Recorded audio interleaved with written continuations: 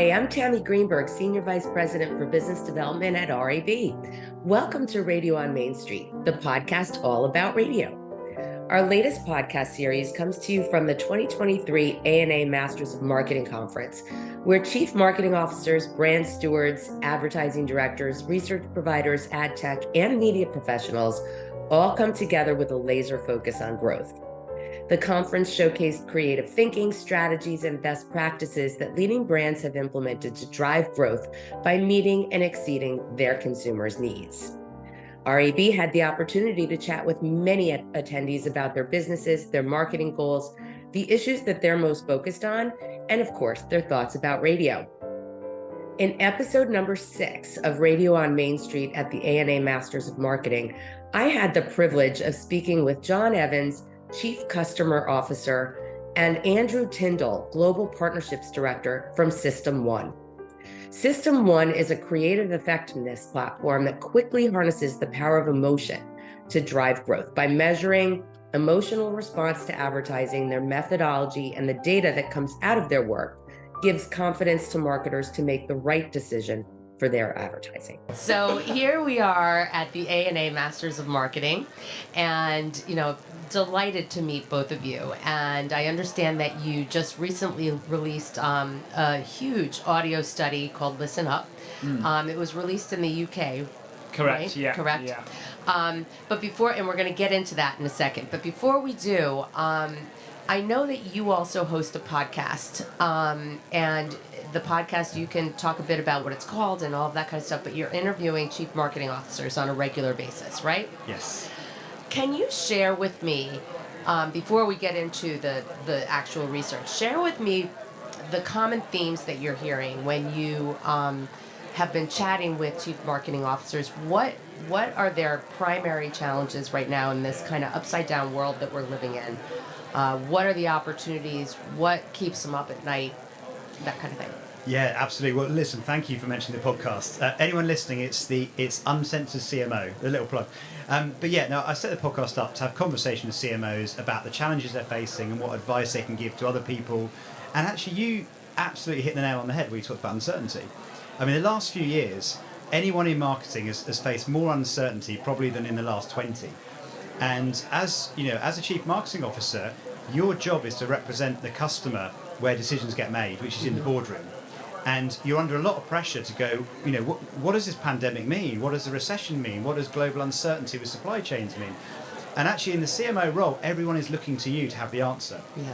It's a really hard, I've done the job and been fired twice. So that's a theme from what I've been reading, exactly, also, yeah. There's a whole episode on it. But it's a really tough job. And actually, linking to what we do at System 1, one of the things we try and do is give confidence to marketers to make the right decision. Because unlike running a factory or running a sales team where you've got the data, as a marketer, you're making judgments all the time. Yeah. And it's really hard when you're in the ultimate position to know whether the decision you're making is going to work or not. And that's actually what kind of comes, that's what we do at System 1 is we help marketers make confident decisions by giving them the data. And the data's absolutely going to help. But the reality is there probably isn't enough data out there to stop the budget cuts and to stop, given the business challenges, the supply chain, you touched on all of them, which really results in, we don't have any money for marketing anymore.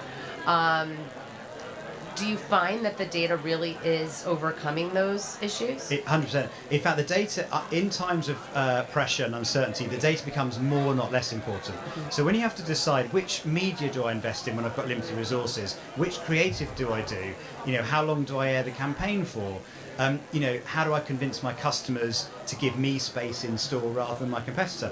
All these things, under pressure become more and more important that actually have the data. And it gives you a chance to sell to your customers, but also win the arguments internally and get more resource allocated. And one of the biggest dilemmas any marketer faces is, performance marketing versus brand or short versus long. These are real decisions. And there's a blurring between performance marketing and branding. That's what we're seeing. Anyway, there's you can't do branding anymore without performance attached to it. Totally. Yeah, exactly. I mean, and actually what we try and do at System 1 is demonstrate how, there are tactics you can deploy that mean your performance can build brands and your brand can deliver performance. And the more you can, one example is we talk about fluent devices, which is a System 1 phrase to describe familiar things, distinctive things that are associated. So it might be an accent, or it might be a character that says something on radio, for example. And when people listen to it, they go, I know which brand that is. Yeah. And so one clever thing is things like that are tactics you can use that actually mean all your marketing, whether performance or brand, is more memorable. And if it's more memorable, people are more likely to think about it in future when they're deciding what to buy. Which is fantastic. So when you talk to the marketers, and this, I'm slowly going to get into the research that you just released, are you asking them, or is it through your client work, which media they are using right now? Like, do you know what a current CMO's perception is of audio today? Yeah, this is really one of the best bits of research I've seen is Karen Nelson Field's research on attention, and it's so important because we've been measuring media all wrong. It's based on opportunity to see or hear, right? Right. But actually, you need to understand how the media can create emotion, because if you can create emotion through your media, you're more likely for someone to pay attention to it, be remembered, and to have effect. So it's trying to work with media that is going to create the right lasting effects, and this is where radio is amazing. People wrongly go, oh, it's just one kind of, it's limited because it's not got the audio visual. You've got the visual bit of the audio, but it's so powerful, and you've also got much more captured attention, because usually when you're listening to radio, you're usually in the moment. You're not scrolling through a feed, being inundated with millions of things. But to answer your question, I think what we're trying to help CMOs do is look at media in the right way and understand which media can drive attention, which media can get your brand message across most successfully, and also understanding what the creative role on that media is to make the most of it. And we're massive fans of radio advertising. Which we'd love to hear. We'll get onto it in a second, but honestly, the power of music and sound and dialogue and accents and humour and all those things, we know from our research, connect with people in a powerful way, and if you can do that, your brand can fly off the back of it. Completely, to the point where we also see with TV advertising, largely how that works is through the audio as well. Like, people aren't even looking at their screens anymore, they're looking at their phones, and I think it's something like 40% of TV isn't consumed visually, it's just in the room listening to it. So understanding how powerful audio is a massive learning beyond just radio. Absolutely. Can I jump in just quickly on what Andrew sure. said? It's a really cool study actually that's with is it Thinkbox in the UK? Thinkbox, yeah. And they were showing it was a bit. Do you have Gogglebox? Sorry, Gogglebox here. No. There's this TV program in the UK. Sorry to use a UK reference. There's this TV program in the UK where it sounds unbelievable, but they film people watching the TV, and it sounds like, why would that work? You know what I mean? It just sounds a bit weird. But what you do is you're seeing people's reactions to what they're watching, and you see what they talk about and this sort of thing. And they did this study, as Andrew was referring to, where they took the ad break and worked out what people were doing in the ad break. And as he quite rightly said, they're not looking, but they're listening. They might be having a chat to each other. And there's this very funny scene where this guy is going to his girlfriend, I really hate the ads. I couldn't, Why does anyone invest in ads anymore? No one watches the ads, and he swears a bit, right? No one watches the ads. Anyway, and then there's a delivery service, Just Eat, right? Right. And they have this, it goes, their little sound jingle. like, Did somebody say, Just Eat? Right, anyway. Get I think they have that here, don't they? Do you have Just Eat here? You must do. It's No? like, do you have Just Eat? Come on, you must have Just Eat. It must Anyway. be called something else. I don't It's think- coming. Maybe No, it's okay. called something else. Anyway, this guy says that, and then he's looking at his phone later on, and then that comes on the TV, and then he sings, did somebody say... And is this a television show? Or is this a research So study? it's an ethnographic research where Okay, they've put got it. cameras in people's Got it. houses And to see understood what how they're they doing. consume TV, and it's largely through audio, and it's Yeah. largely how it works. It builds these amazing memory structures. That's amazing. Yeah. That's amazing. Anyway, we digress. But yeah. No, Well, send it that's to you, it's amazing. And are they watching it on a big screen, or are they watching it on their phone? Oh, both. Both. In this particular study, imagine it's someone's front room and the cameras are looking at them to try and work out whether they're paying attention to the advertising. Right. And the study is amazing because, as Andrew said, the thing they're doing is hearing it. Right. You can't not hear it. Right. You can choose not to watch it.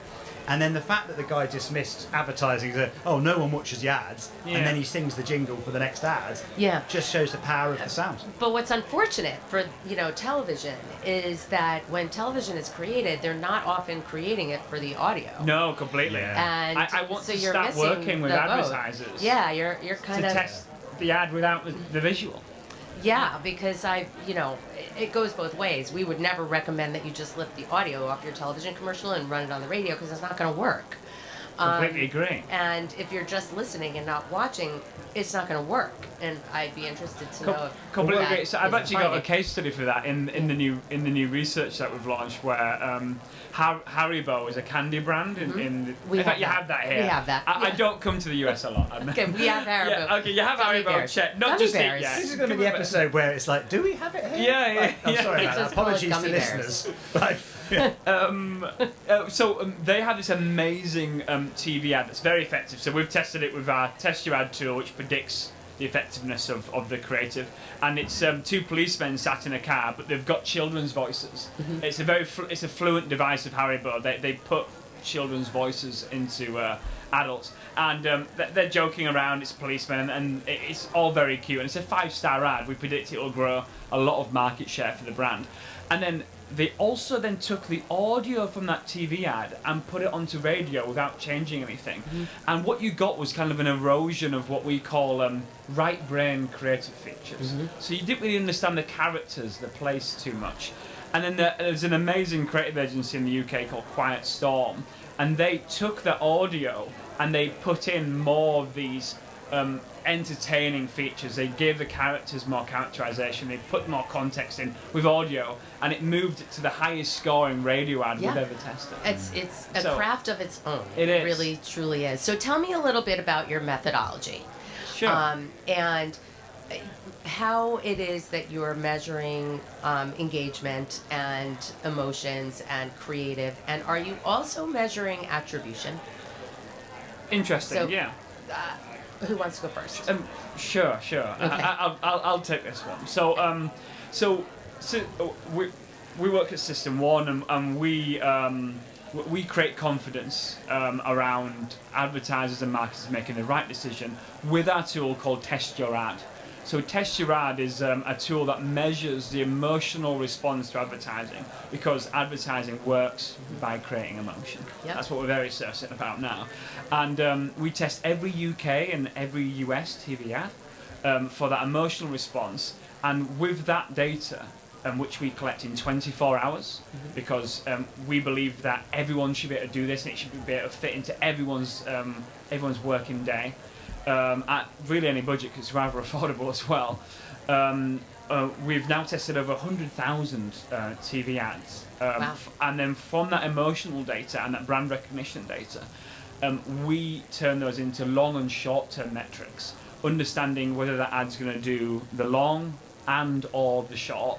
So it really helps advertisers understand and predict how an ad's going to perform and to improve it in some cases. So let me interrupt for 1 second. So Sure. long term would be a branding metric, right? Yeah. And intent to purchase. Short term, would that be measuring, purchase, sales? It's interesting. So it's all so as we are called System 1, everything we do is very System 1 based. So that thinking fast and slow, System 1 versus System 2. So everything we measure is via the emotional response. So what we've found and proven with a lot of our research, especially by our Chief Innovation Officer, Orlando Wood, who does a lot of work globally with this, is that an ad that's going to do the long term, build brand, and make your brand more salient in the next 5 years, is an ad that creates positive emotion.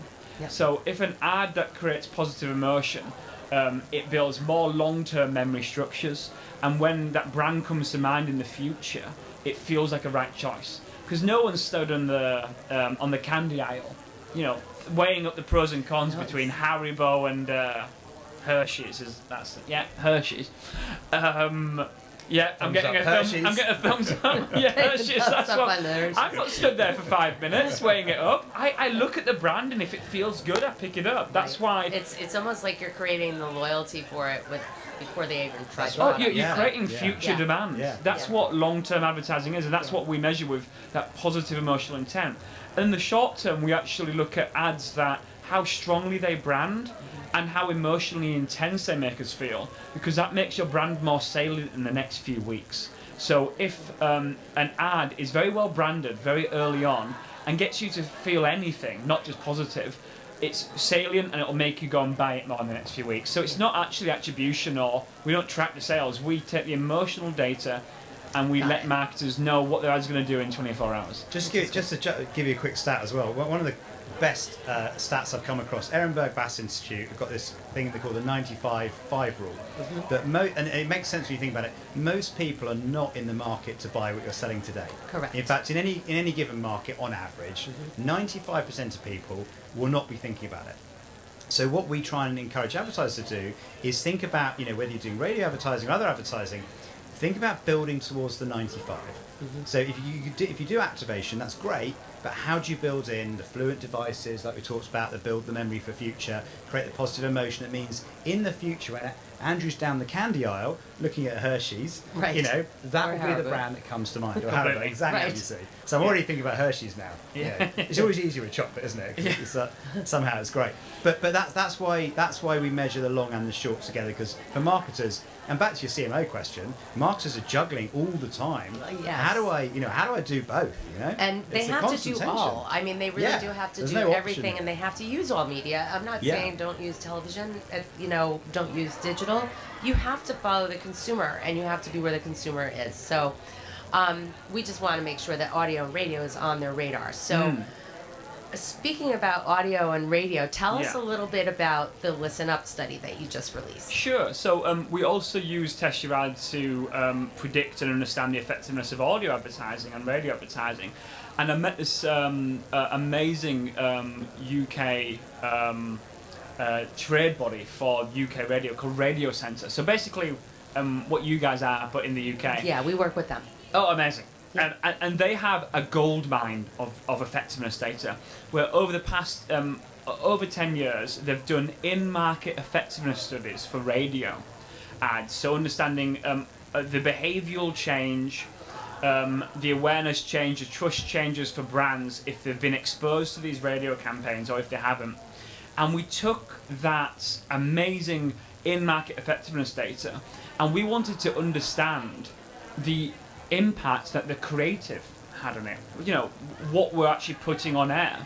So we took 135 radio ads and we tested them with Test Your Ad to understand the emotional response to the ads and whether they lead to is your brand growing or shrinking in market.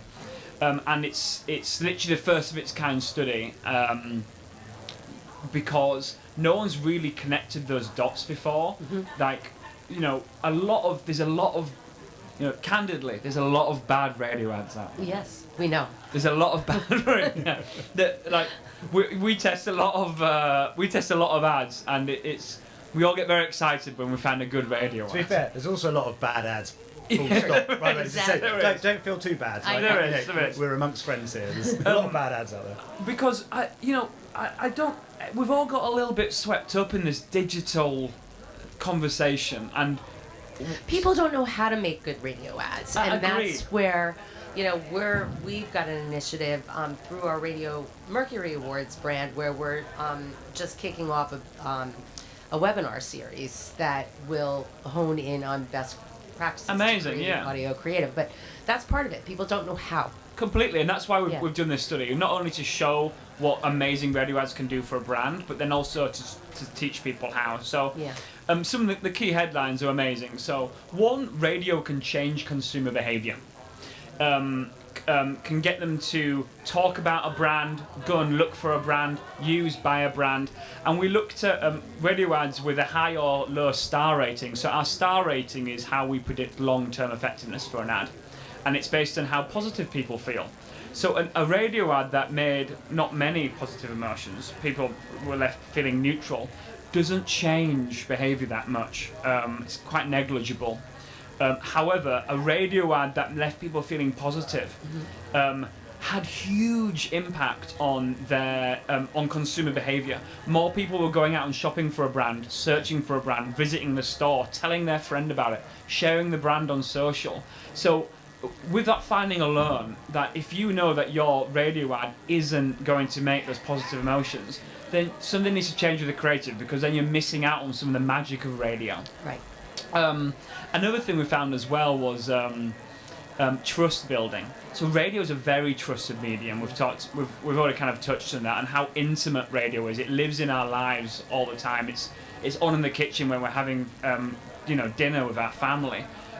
It's your friend on the way to work. It's a very trusted medium. So you've got an opportunity there to make your brand more trusted by being on radio. But what's important is that the brand needs to be recognised on the radio ad to take advantage of that. So what we found is that radio ads with high fluency rating, what we call brand recognition, got twice as much brand trust gains than low branded ads. Right. So if your ad is branded, you can really take really full advantage of the trust building power of radio. And why I think this is important is that a lot of digital media platforms don't build trust for brands. No, not at all. Yeah. So if you can build radio into your media mix to cover some of those holes that your digital media might not be getting, then you've got a killer armory for brand building. You guys are amazing advocates for radio. We are. We love it. Well, I spent 12 months on this study. It's all I think know. about. It's fantastic. And Generally speaking, just to say, so I'm a former CMO. As I say, got fired twice, but we'll ignore that. But look, one of the things I've genuinely learned since working at System in the last 4 years is the power of sound. Yeah. And I used to make big budget TV ads, and genuinely the very last thing I would do it's radio. is the sound, or the radio, right? I'd agree what the soundtrack is and that kind of thing, or the audio. Now I know the research we've done, I would do it very differently. I would be really investing in. I'm the same. Exactly. I'd invest in soundtrack. I'd invest in distinctive characters and audio. I'd invest in something that's unique and ownable from an audio perspective that connects all this stuff together. Completely. So, from your perspective, a former CMO that has seen the light after coming here, and you would go back and change it, how would you recommend to our listening audience that they communicate that message to the former you? Yeah, very good. I think if you can, so CMO's under pressure, haven't got much time, you need to synthesize the insight, the kind of insight that's in ListenUp, right? I mean, that's partly why we produce it. We want to consolidate it, give people the headlines, but we want to give them the evidence, right? So go with the evidence, and the evidence is in ListenUp. The second thing I'd do is we any good good marketers will know the power of distinctive assets. Now, historically, before, I would have thought of distinctive assets as being like colours and logos and stuff like that. I now realise how important sound distinctive assets are. Yeah. And it could be an accent, it could be a jingle, but build those into your brand thinking up front. Yeah. Don't leave it till the end of the process. And go, for sure. Let's find it should be the first thing that's created. Start with it. Start at the beginning. Don't especially the jingle. Make the jingle great again. Yeah. Exactly. There you go. We've got a campaign now. Make the jingle great. You've got a campaign, and you've got best practices, and I think this is just the beginning of our partnership, because we'd love to have you take us through the entire ListenUp study and help you with your baselines in the U.S. for radio creative. Thank you so much for joining us today. Before I'm going to ask each of you one. She's got an and finally question. This is always the dodgy one. Here's the final answer. I know how you're going to answer it, but it's kind of like the elevators version of it. And I'm going to ask you slightly different questions, so you're not both answering it. Radio matters because. Say radio matters because. Radio matters because when I'm listening, I'm 100% focused on what I'm hearing, and that'll leave me with an impression and an emotion that I don't get from other media. Great. And radio works because. It's an incredibly entertaining and intimate medium that reaches a lot of people at a very cost-effective price. Great. I think you just created our ad for radio for the ad community. Thank you guys I should so much. say as well. That's okay. In terms of why it works, ListenUp has got the data as well. To prove it, Yeah. yeah. Prove And we'll it. make sure the listeners can get a and copy. we'll share it because it's got the proof of it. So don't take our word for it. Take the all the people Yeah, that for sure. responded Data. in the survey. Yeah. The ListenUp study that System 1 released in partnership with RadioCentre in the UK further confirms that radio works. Radio can change consumer behavior, gets consumers to talk about a brand, look for a brand at retail, and buy it. Great radio ads trigger positive emotions and garner huge results. Like Jon and Andrew say, and I quote, "The trust that radio commands from its audiences is killer armory for brand building." If you're interested in the full ListenUp study, please visit rab.com, go to Why Radio, or just ask RAB. If you'd like to learn more about radio and its many benefits, we invite you to visit us at rab.com, or you can email us directly at askrab@rab.com. Until next time, it's Radio on Main Street.